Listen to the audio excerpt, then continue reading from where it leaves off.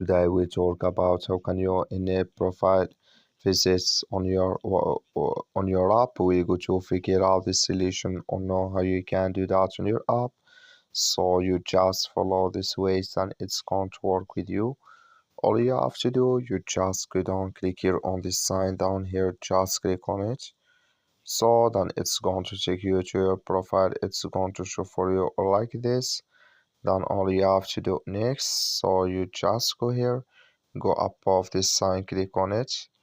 Then it's going to show for you a list like this here. Then you click here on notifications, just click on it. So then you come to next step here. It's going to show for you like this. You go down here, you come here to profile visits, click in this sign or this color. Like you see color, it's gone. That's my profile visits notifications enable with us now. That's all you have to do. Thank you for watching. Don't forget to support us by liking, subscribe.